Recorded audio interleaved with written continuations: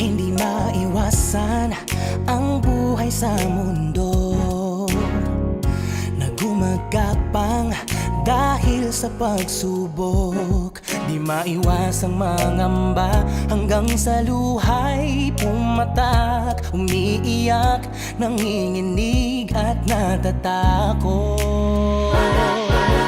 Hindi malaman ang gagawin, kaba ay nangunguna. Minsa'y nawawalan tayo bigla ng pag-asa. Ngunit ang Panginoon ay naghihintay lamang na ikaw ay lilingon at tatawag.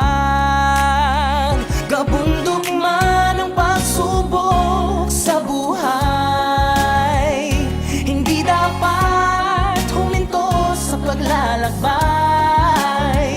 Diyos ay nariyan at kailanman di tayo iiwan. Pag-ingat niya ay wagas para sa lahat.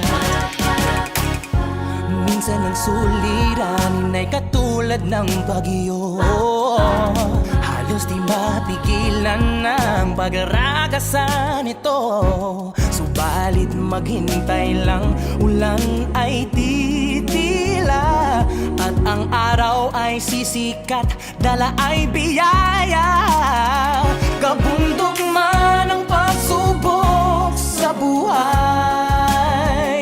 hindi dapat huminto sa paglalakbay.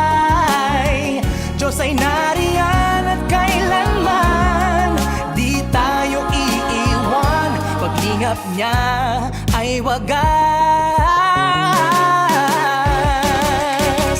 Magtiwala lang sa ating may kapal, hindi dapat tayo panghinaan. Bawat pangangailangan ay nakikita niya. May Diyos tayo na nariyan at tutulong, at tutulong.